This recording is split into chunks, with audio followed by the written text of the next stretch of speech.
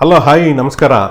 ನಾಳೆ India versus New Zealand champions trophy finals ದುಬೈನಲ್ಲಿ ನಡೀತಾ ಇದೆ.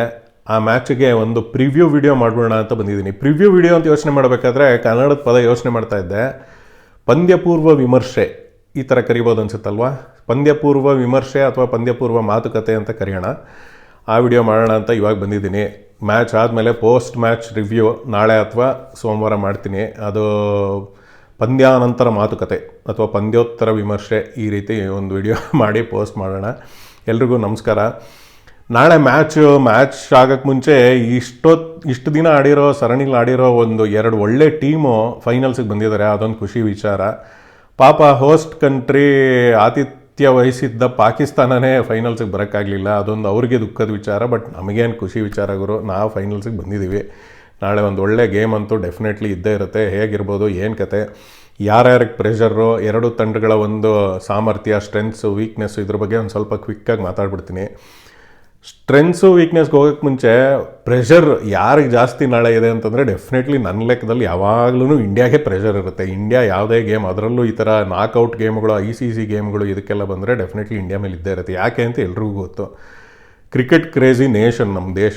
ಅಲ್ಲಿ ಆಡೋರ್ಗಿರೋ ಪ್ರೆಷರು ಜೊತೆಗೆ 100-150 ಕೋಟಿ ಜನ ಫುಲ್ಲು ಫೋಕಸ್ ಮಾಡಿಬಿಟ್ಟು ಎಲ್ಲರೂ ನೋಡಿಕೊಂಡು ಗೆಲ್ಲೇಬೇಕು ಅಂತ, ಎಲ್ಲರೂ ಗೆಲ್ಲಿಲ್ಲ ಅಂತಂದರೆ ಬೈಯೋಕ್ಕೆ, ಎಲ್ಲ ನಮ್ಮಂಗೆ ವಿಡಿಯೋ ಮಾಡಿಕೊಂಡು ಕೆಲಸ ಇಲ್ಲದೇ ಈ ಮ್ಯಾಚ್ ಗೀಚ್ ಆಡ್ದೇ ಕೂತಿದ್ರು ಸುಮ್ಮನೆ ಹಿಂಗೆ ಬೈಯೋಕ್ಕೆ ವಿಡಿಯೋ ಮಾಡ್ಕೊಂಡು ಕೂತಿರೋರು, ಎಲ್ಲ ಹೋಗ್ತಾ ಬರ್ತಾ ಇರೋರು ಎಲ್ಲರೂ ಚೆನ್ನಾಗಿ ಬೈಯೋಕ್ಕೆ, ಅದೊಂದು ಪ್ರೆಷರ್ ಇದ್ದೇ ಇರುತ್ತೆ ಟೀಮ್ ಮೇಲೆ. ಅದು ಯಾವುದೋ ತಾತನ ಕಾಲದಿಂದನೂ ಹಾಗೆ ಬಂದಿದೆ. ನಮ್ಮ ಮನೆ ಬರೋಕ್ಕೆ ನಾವು ಯೋಚನೆ ಮಾಡೋದಂಗೆ ಸ್ವಲ್ಪ ಈಸಿ ಆಗಲಿ ಅಂತ ನಾವು ಮಾಡಿದ್ದ ಯೋಚನೆಗಳೇ ಬೇರೆ, ಅವನು ಮಾಡೋ ಯೋಜನೆನೇ ಬೇರೆ ಅನ್ನೋ ಥರ ಸೌತ್ ಆಫ್ರಿಕಾ ಬರಲಿ ಫೈನಲ್ಸ್ಗೆ ಅಂತ ಎಲ್ಲ ಫುಲ್ಲು ನಾವು ಯೋಚನೆ ಮಾಡ್ಕೊಂಡು ಕೂತಿದ್ವಿ. ಅಂದರೆ ಅದು ನೋಡಿದ್ರೆ ನ್ಯೂಜಿಲೆಂಡ್ ಬಂದು ಕೂತ್ಕೊಂಡ್ರು. ಅವ್ರೊಂದು ಸ್ವಲ್ಪ ಹಂಗೆ ನೋಡೋಕೆ ಹೋದರೆ ಟಫ್ ಅಪೋನೆಂಟ್ಸು, ಅದು ಬೇರೆ ಒಂದು ಪ್ರೆಷರು. ಈಗ ಅದು ಬೇರೆ ಆಗೋಗಿದೆ. ಸೊ ಈ ಕ್ರಿಕೆಟ್ ಕ್ರೇಜಿ ಕಂಟ್ರಿನಲ್ಲಿ ಡೆಫಿನೆಟ್ಲಿ ಒತ್ತಡ ಭಾರತದ ಮೇಲೆ ಇರುತ್ತೆ. ಒತ್ತಡದ ವಿಷಯಕ್ಕೆ ಬಂತಂದರೆ ಭಾರತವೇ ಮೇಲುಗೈ, ಇದು ಒಂದು ಬರೆದಿಟ್ಕೋಬೇಕು. ಜೊತೆಗೆ ಪಾಪ ಆಟಗಾರರಿಗೆ, ಪ್ಲೇಯರ್ಸ್ಗೂ ಡೆಫಿನೆಟ್ಲಿ ಒತ್ತಡ. ರೋಹಿತ್ ಶರ್ಮಾ ಕ್ಯಾಪ್ಟನ್ನು ಎಲ್ಲ ಒಂದು ಅನಿಸಿಕೆ ಅಥವಾ ಅಭಿಪ್ರಾಯಗಳನ್ನು ನೋಡ್ಕೊಂಡು ಬರ್ತಾಯಿದ್ರೆ ನಾಳೆ ಪ್ರಾಬಬ್ಲಿ ಅವ್ರದ್ದು ಒಂದು ಕೊನೆ ಒನ್ ಡೇ ಇಂಟರ್ನ್ಯಾಷನಲ್ ಆಗೋ ಎಲ್ಲ ಲಕ್ಷಣಗಳು ಕಾಣಿಸ್ತಾ ಇದೆ. ಗೆದ್ರಂತೂ ಡೆಫಿನೆಟ್ಲಿ ಅವ್ರ ಮುಂದೆ ಇನ್ನೊಂದು ಸಲ ಆಡೋದು ಡೌಟು.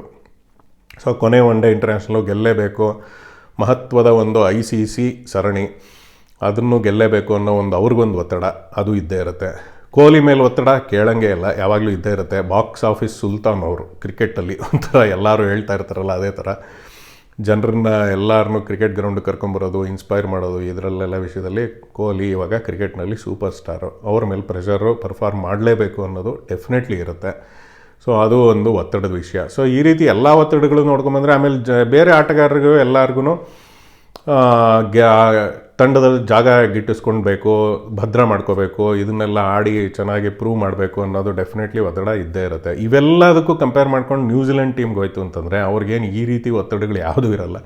ಅವ್ರ ಗೇಮ್ ಥರ ಆರಾಮಾಗಿ ಆಡಿಕೊಂಡು ಎಂಜಾಯ್ ಮಾಡಿಕೊಂಡು ಕೂಲಾಗಿ ನಿಧಾನವಾಗಿ ಯೋಚನೆನೇ ತಲೆ ಕೆಡಿಸ್ಕೊಳ್ಳದೆ ಆಡಿ ಗೆಲ್ಲಕ್ಕೆ ಫುಲ್ಲು ಟ್ರೈ ಮಾಡಿ ಸಖತ್ತಾಗಿ ಅಪ್ಲೈ ಮಾಡಿಬಿಟ್ಟು ಆಡ್ತಾರೆ. ಅದು ನ್ಯೂಜಿಲೆಂಡ್ಗೆ ಒಂದು ಅಡ್ವಾಂಟೇಜು. ಬಟ್ ಒತ್ತಡ ನಮಗೆ ಸಿಕ್ಕಾಪಟ್ಟೆ ಅಂತೂ ಇದ್ದೇ ಇರುತ್ತೆ ಭಾರತಕ್ಕೆ.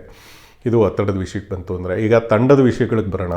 ತಂಡದಲ್ಲಿ ಫಸ್ಟು ನೋಡ್ಕೊಂಬಂತು ಅಂದರೆ ಎರಡು ಬ್ಯಾಲೆನ್ಸ್ಡ್ ಟೀಮ್ ಅಂತಲೇ ಹೇಳ್ಬೇಕು. ನಾಳೆ ಆಡ್ತಾಯಿದ್ರು, ಇಬ್ಬರು ಚೆನ್ನಾಗಿ ಆಡ್ಕೊಂಬಂದಿದ್ದಾರೆ, ಒಳ್ಳೊಳ್ಳೆ ಫಾರ್ಮಲ್ಲಿರೋ ಪ್ಲೇಯರ್ಸ್ ಇದ್ದಾರೆ, ಎಲ್ಲನೂ ಸರಿ. ಆ ವಿಷಯಕ್ಕೆ ಬಂತು ಅಂದರೆ ಸ್ವಲ್ಪ ಒಂದು ಸ್ಟ್ರೆಂತ್ ಅಥವಾ ಮೇಲುಗೈ ಇರೋದು ನಮ್ಮ ಭಾರತ ತಂಡಕ್ಕೆ. ಯಾಕಂದರೆ ಎಲ್ಲರೂ ಆಡ್ತಾ ಇರೋ ರೀತಿ, ಒಳ್ಳೆ ಬ್ಯಾಲೆನ್ಸ್ ಬಂದಿರೋದು ಎಲ್ಲನೂ ಅವತ್ತು ಮುಂಚಿನ ವಿಡಿಯೋನಲ್ಲೂ ಹೇಳಿದ್ದೀನಿ.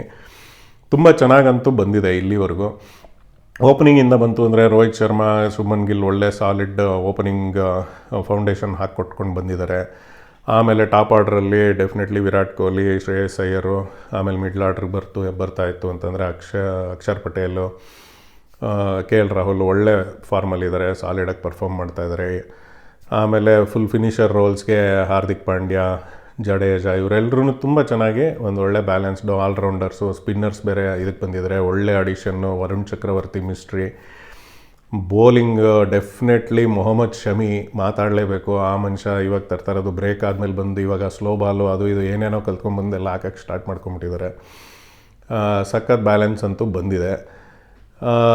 ಆ ಕಾರಣದಲ್ಲಿ ಹಂಗೆ ನೋಡ್ಕೊಂಡು ಹೋಯ್ತು ಅಂತಂದರೆ ನ್ಯೂಜಿಲೆಂಡ್ ಟೀಮ್ನ ಈ ಕಡೆಗೆ ಇಟ್ಬಿಟ್ಟು ಈ ಕಡೆ ಇಂಡಿಯಾ ಟೀಮ್ ಇಟ್ಟರೆ ಒಂದು ಸ್ಮಾಲ್ ಅಪ್ಪರ್ ಹ್ಯಾಂಡ್ ಮೇಲುಗೈ ಇಂಡಿಯಾಗಿದೆ ಅಂತ ಹೇಳ್ಬೋದು.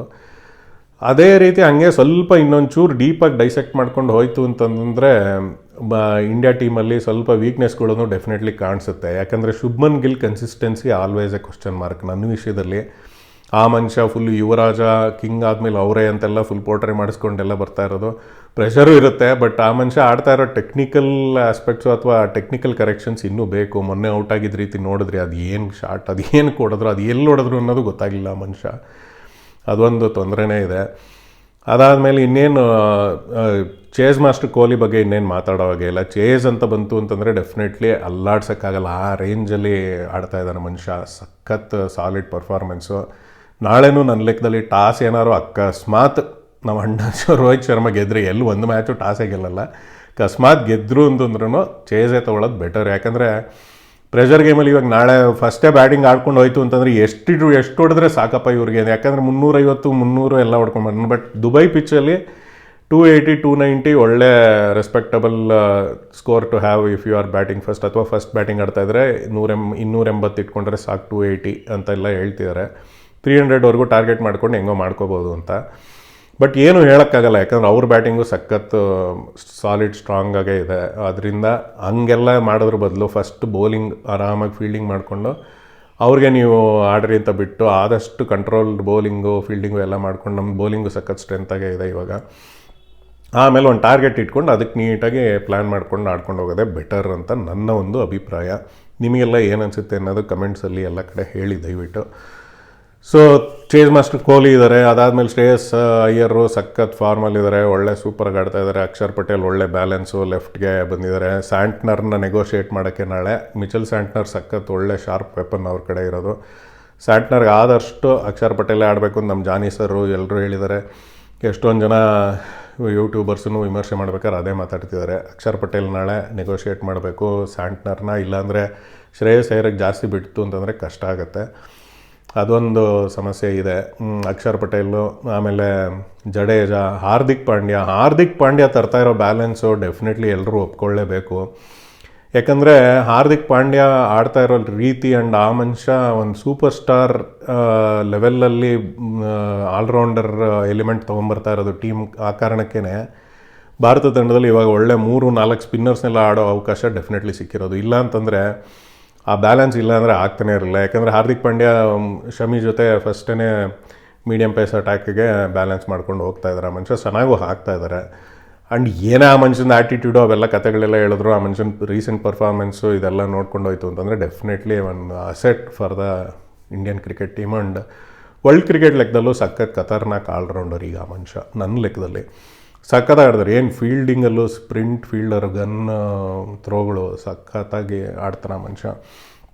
ಹಾರ್ದಿಕ್ ಪಾಂಡ್ಯ ಖತರ್ನಾಕ್ ಎಲಿಮೆಂಟು. ಅದಾದಮೇಲೆ ಕುಲ್ದೀಪ್ ಯಾದವ್ ಸ್ವಲ್ಪ ಏನೋ ವೀಕ್ ಪಾಯಿಂಟ್ ಥರ ಕಾಣಿಸುತ್ತೆ. ಆಡಿಸ್ತಾರೋ ಆಡಿಸಲ್ವೋ ಹೇಳೋಕ್ಕಾಗಲ್ಲ ನಾಳೆ. ಬಟ್ ವಿನ್ನಿಂಗ್ ಕಾಂಬಿನೇಷನ್ ಚೇಂಜ್ ಮಾಡೋದು ಡೌಟು. ಹರ್ಷ್ದೀಪ್ ಸಿಂಗ್ನೆಲ್ಲ ತೊಗೊಂಬರ್ಬೇಕಿಲ್ಲ ಅಂತಂದರೆ ಹರ್ಷ್ದೀಪ್ನೆಲ್ಲ ತಂದು ಆಡಿಸಿ ಸ್ಪಿನ್ನಿಂಗ್ ಸ್ಟ್ರೆಂತ್ನ ಹಾಳು ಮಾಡ್ಕೊಳ್ಳೋದು ನನ್ನ ಲೆಕ್ಕದಲ್ಲಿ ಡೌಟು, ಹೇಳೋಕ್ಕಾಗಲ್ಲ. ಬಟ್ ಆ ಕುಲ್ದೀಪ್ ಒಂಥರ ಸರಿಯಾದ ಫ್ರೇಮ್ ಆಫ್ ಮೈಂಡಲ್ಲಿ ಇದ್ದಂಗೂ ಇಲ್ಲ. ಮೊನ್ನೆ ಇಬ್ಬರು ಕೈಲೂ ಬೈಸ್ಕೊಂಡಿದ್ದು ಆಯಿತು. ರೋಹಿತ್ ಶರ್ಮಾ ಕೊಹ್ಲಿ ಆ ಕಡೆಯಿಂದ ಈ ಕಡೆಯಿಂದ ಇಬ್ಬರು ಒಳ್ಳೆ ಸರಿಯಾಗಿ ಉಗಿತಾಯಿದ್ರು. ಸರಿಯಾಗಿ ಹಿಡಿಯೋಕ್ಕಾಗಲಿಲ್ಲ ಮನುಷ್ಯಂಗೆ ಬಾಲ್ಗಳು ಎಲ್ಲ. ಅದೊಂಥರ ವೀಕ್ ಏರಿಯಾ ಥರ ಕಾಣಿಸ್ತಾ ಇದೆ ಕುಲ್ದೀಪು. ಅದು ಬಿಟ್ಟರೆ ಓಕೆ, ನಾಳೆ ಏನು ಮಾಡ್ತಾರೋ ನೋಡೋಣ. ಬಟ್ ಅದು ಬಿಟ್ಟರೆ ಬೌಲಿಂಗ್ ಸಖತ್ ತುಂಬ ಒಳ್ಳೆ ಸಾಲಿಡಾಗೆ ಕಾಣಿಸ್ತಾ ಇದೆ. ನೋಡ್ಬೋದು ಏನಾಗುತ್ತೆ ಏನು ಕತೆ ಅಂತ. ನಾಳೆ ಕಾದು ನೋಡಿದ್ರೆ ಒಂದು ಒಳ್ಳೆ ಇಂಟ್ರೆಸ್ಟಿಂಗ್ ಗೇಮ್ ಆಗೋವಂಥ ಎಲ್ಲ ಲಕ್ಷಣವೂ ಇದೆ. ನ್ಯೂಜಿಲೆಂಡ್ ಟೀಮಿಗೆ ಬರೋಣ. ಏನು ಸಾಲಿಡಾಗಿ ಕಾಣಿಸ್ತಾ ಇದ್ದಾರೆ. ಯಂಗ್ ವಿಲಿಯಂಗು ಮತ್ತು ರಚಿನ್ ರವೀಂದ್ರ ಸೂಪರು. ಅವರಾದಮೇಲೆ ಕೇನ್ ವಿಲಿಯಮ್ಸನ್ದಂತೂ ಒಂಥರ ಅಂತಾರಾಷ್ಟ್ರೀಯ ಕ್ರಿಕೆಟ್ನಲ್ಲೇ ಒಂಥರ ಆ ಮನುಷ್ಯ ಒಂದು ಹಾಲ್ ಆಫ್ ಫೇಮ್ ಹೆಸರದು. ಸಖತ್ತಾಗಿ ಆಡ್ತಾಯಿದ್ದಾರೆ. ನೆನ್ನೆನೂ ಒಳ್ಳೆ ಫಾರ್ಮ್, ಮೊನ್ನೆ ಸೆಮೀಸಲ್ಲೂ ಸೂಪರ್ ಗೇಮು. ಎಲ್ಲರೂ ಅವ್ರ ಕಡೆ ಇನ್ನೂ ಸಾಲಿಡಾಗಿದ್ದಾರೆ. ಅವ್ರ ಮೇಲ್ಗಡೆ ಆಡ್ಕೊಂಬಂದರೆ ಇಲ್ಲಿ ಫಿಲಿಪ್ಸು ಮತ್ತು ಬ್ರೇಸ್ವೆಲ್ಲು ಇವ್ರುಗಳೆಲ್ಲ ಇನ್ನೂ ಹೊಡೆದು ಸರಿಯಾಗಿ ಹೊಡೆದಾಕ್ಬಿಡ್ತಾರೆ. ಡೆವಿನ್ ಕಾನ್ವೇನ್ ಆಡಿಸ್ತಾರೋ ಇಲ್ವೋ ಅದೊಂದು ನೋಡಬೇಕು. ಬಟ್ ಭಾಳ ಚೆನ್ನಾಗಂತೂ ಅವ್ರದ್ದು ಬ್ಯಾಟಿಂಗ್ ಸ್ಟ್ರೆಂತು ಮಾತಾಡೋಂಗೆ ಇಲ್ಲ. ಬೌಲಿಂಗಲ್ಲಿ ಕೈಲ್ ಜೇಮಿಸನ್ನು ಇವ್ರುಗಳು ಹೆಂಗೆ ಮಾಡ್ತಾರೆ. ಸ್ಯಾಂಟ್ನರ್ ಒಂದು ಶಾರ್ಪ್ ವೆಪನ್ನು. ಹೆಂಗೆ ನೆಗೋಷಿಯೇಟ್ ಮಾಡ್ತೀವಿ, ಏನು ಆಡ್ತೀವಿ ಅನ್ನೋದು ನೋಡಬೇಕು. ರಚಿನ್ ರವೀಂದ್ರ ನಾಳೆ ಡ್ಯೂ ಇರೋ ಥರ ಕಾಣಿಸ್ತಾ ಇದೆ ಮನುಷ್ಯ. ನಮ್ಮ ಮೇಲೆ ಅಷ್ಟೊಂದು ಮಾನ ಮರ್ಯಾದೆ ತೆಗೆಯೋಂಗೆಲ್ಲ ಹೊಡೆದಿಲ್ಲ. ನಾಳೆ ಏನು ಮಾಡ್ತಾರೋ ಅದನ್ನು ನೋಡ್ಬಿಟ್ಟು ನೋಡೋಣ. ಸೊ ಆದಷ್ಟು ನಮ್ಮವ್ರು ಫುಲ್ಲು ಅಪ್ಲೈ ಮಾಡಲಿ, ಚೆನ್ನಾಗಿ ಆಡಲಿ. ಅವ್ರದ್ದು ಜೊತೆಗೆ ನ್ಯೂಜಿಲೆಂಡ್ ಫೀಲ್ಡಿಂಗ್ ಹಬ್ಬ ಮಾತಾಡೋಂಗೆ ಇಲ್ಲ. ಅವತ್ತೇ ಹೇಳಿದ್ನಲ್ಲ, ಆಲ್ಮೋಸ್ಟ್ ಆಗಲೇ 20 ರನ್ ಎಕ್ಸ್ಟ್ರಾ ಹೊಡಿಬೇಕು ಅವ್ರ ಮೇಲೆ. 20 ರನ್ ಫೀಲ್ಡಿಂಗಿಗೆ ಅಂತಲೇ ಹೊಡೆಯೋಂಗೆ ಆಡಬೇಕು ನಾವು. ಅದು ಒಂದು ತುಂಬ ಚಾಲೆಂಜಿಂಗ್ ಆಗೇ ಇರುತ್ತೆ. ಸಖತ್ ಇಂಟ್ರೆಸ್ಟಿಂಗ್ ಆಗಂತೂ ಕಾಣಿಸ್ತಾ ಇದೆ. ನಾಳೆ ಸಂಡೇ ಎಲ್ಲರೂ ನೋಡಿ ಎಂಜಾಯ್ ಮಾಡೋಣ. ನಿಮಗೆಲ್ಲ ಏನು ಅನಿಸುತ್ತೆ ಇದನ್ನೆಲ್ಲ ಒಂಚೂರು ಅಭಿಪ್ರಾಯಗಳನ್ನೆಲ್ಲ ಹೇಳಿ. ಅದು ಬಿಟ್ಟರೆ ವುಮೆನ್ಸ್ ಪ್ರೀಮಿಯರ್ ಲೀಗ್ ಇದ್ರ ಬಗ್ಗೆನೂ ಹೇಳಬೇಕು. ಇವತ್ತು UP ವಾರಿಯರ್ಸ್ ಮೇಲೆ ಇದೆ ನಮ್ಮದು RCBW ಇವ್ರ ಟೀಮು. ಏನೋ ಬರ್ತಾ ರಾಯರ್ ಕುದುರೆ ಕತ್ತೆ ಆಯ್ತಂತೆ ಅನ್ನಂಗೆ ಆಗೋಗಿದೆ ಈ ಸೀರೀಸಲ್ಲಿ. ಎಲ್ಲರಿಗೂ ಮಹಿಳಾ ದಿನಾಚರಣೆ ಶುಭಾಶಯಗಳು. ಅದ್ರ ಜೊತೆಗೆ ಅವತ್ತೇ ಮಹಿಳೆಯರು ಇವತ್ತು ಗೇಮ್ ಬೇರೆ ಇದೆ. ಏನಪ್ಪ ವುಮೆನ್ಸ್ ಡೇ ದಿನವೇ ವುಮೆನ್ಸ್ ಟೀಮ್ಗೆಲ್ಲ ನೀನು ಫುಲ್ಲು ಬೈತಾ ಇದೆ. ಏನು ಬೈಯೋದು? ಇಲ್ಲಿ ಬಂದು ಬೆಂಗಳೂರಲ್ಲಿ ಎಲ್ಲ ಮ್ಯಾಚು ಸೋತ್ರಲ್ಲಪ್ಪ. ನಮ್ಮ ಬೆಂಗಳೂರಿಗೆ ಯಾವಾಗ ಹೋದ್ರೂ ಚಿನ್ನಸ್ವಾಮಿಗೆ ಹೋದರೆ ಮ್ಯಾಚ್ ಸೋತ್ಕೊಂಡು ಎಲ್ಲರೂ ಬೇಜಾರು ಮಾಡ್ಕೊಂಡು ಕಿರ್ಚಿ RCB ಅನ್ನು ಮೆಟ್ರೋನಲ್ಲಿ ಸುಮ್ಮನೆ ಬಾವುಟ ಎಲ್ಲ ಮಡಿಸಿಟ್ಕೊಂಡು ಜೋಬಲ್ಲಿ ಹಾಕ್ಕೊಂಡು ಬೇಜಾರಾಗೋಗಿರುತ್ತೆ ಎಲ್ರಿಗೂ. ತಲೆಕೆಟ್ಟು ಈ RCBದು ಚಿನ್ನಸ್ವಾಮಿ ಸ್ಟೇಡಿಯಮ್ಮೇ ಒಂಥರ ಶಾಪಗ್ರಸ್ತ ಒಂದು ಕ್ರೀಡಾಂಗಣ ಅಂತ ಒಂದು ಹೆಸರು ಹಾಕ್ಬಿಡ್ಬೇಕು. ನಮಗೊಂದು ಒಂದು ಮ್ಯಾಚ್ ಸರಿ ಗೆಲ್ಲಲ್ಲ ಇಲ್ಲಿ ಬಂದು. ಆ ಮೆನ್ಸು ಅಷ್ಟೇ. ವುಮೆನ್ಸ್ ಆದರೂ ಏನೋ ಓಕೆ, ಹೋದ್ಸಲ ಕಪ್ ಗೆದ್ದಿದ್ರು ಎಲ್ಲ ಸಂತೋಷ. ಈ ವರ್ಷ ಅಂತೂ ಹಾಳಾಗೋಗ್ಬಿಟ್ಟಿದೆ. ಈಗ ಫೈನಲ್ಸ್ಗೆ ಹೋಗೋಕೆ ಎಲ್ಲ ಕ್ಯಾಲ್ಕುಲೇಟರ್ಗಳು ಅವ್ರು ಗೆಲ್ಲಬೇಕು, ಅಲ್ಲೋಬೇಕು, ಟ್ರಾಫಿಕ್ ಕಡಿಮೆ ಆಗಬೇಕು, ಆ ಊರಲ್ಲಿ ಮಳೆ ಬರಬೇಕು, ಏನೇನೋ ಮಾತು ತಿಕ್ಲಿ ಕ್ಯಾಲ್ಕುಲೇಷನ್ಸು. ಅದನ್ನ ಇಟ್ಕೊಂಡು ಏನಪ್ಪ ಮಾಡಬೇಕು? ಅದೇನೋ ಸ್ಮೃತಿ ಮಂದಣ್ಣ ಅಂತೂ ಅದೇನು ಒಂಥರ ಫುಲ್ಲು ಪೋಸ್ಟರ್ ಗರ್ಲ್ ಥರ ಆಗಿ ಅದೇನು ಮ್ಯಾಚ್ ಇಲ್ಲ, ಏನು ಪ್ರಯೋಜನವೇ ಇಲ್ಲ. ರಿಚಾ ಘೋಷ್ಗಂತೂ ಫುಲ್ಲು ಎಲ್ಲ ನೆತ್ತಿಗೆ ಏರ್ಬಿಟ್ಟಿದೆ ಅನ್ನೋ ಥರ ಆಡ್ತಾಯಿದೆ ಆಕಿ. ಬೌಲಿಂಗ್ ಇಲ್ಲವೇ ಇಲ್ಲ. ಶ್ರೇಯಾಂಕಾ ಪಾಟೀಲ್ ಇಲ್ಲ, ಆಶಾ ಶೋಭನಾ ಇಲ್ಲ. ಇವ್ರು ಯಾರು ಇಲ್ಲದೆ ಇರೋದಕ್ಕೆ ಟೀಮು ಫುಲ್ಲು ರೇಣುಕಾ ಸಿಂಗ್ ಮೇಲೆ ನಂಬ್ಕೊಂಡು ಒಂಥರ ಕಾಮಿಡಿ ಆಗೋಗ್ಬಿಟ್ಟಿದೆ. ನೋಡೋಣ ಇವತ್ತು ಗೆದ್ದುಬಿಟ್ಟು ಅವ್ರು ಇನ್ನೇನೇನು ಎಲ್ಲ ತಿರುಗಿಸ್ಬಿಡ್ತಾರೋ ಹೇಳೋಕ್ಕಾಗಲ್ಲ. ಅದು ಒಂದು ಇಂಟ್ರೆಸ್ಟಿಂಗು. ಸೊ ಒಳ್ಳೆ ಕ್ರಿಕೆಟ್ ವೀಕೆಂಡು, ಎಲ್ಲ ಎಂಜಾಯ್ ಮಾಡೋಣ. ನೀವು ಎಲ್ಲ ನೋಡಿ ಏನೇನು ಅನ್ನಿಸ್ತು ಅಂತೆಲ್ಲ ಕಮೆಂಟ್ಸಲ್ಲಿ ಮಾಡಿ, ಎಲ್ಲ ಕಮೆಂಟ್ಸ್ ಮಾಡಿಬಿಟ್ಟು ಎಲ್ಲ ತಿಳಿಸಿ. ಸಿಗ್ತಾ ಇರೋಣ ಹೀಗೆ. ಬಾಯ್.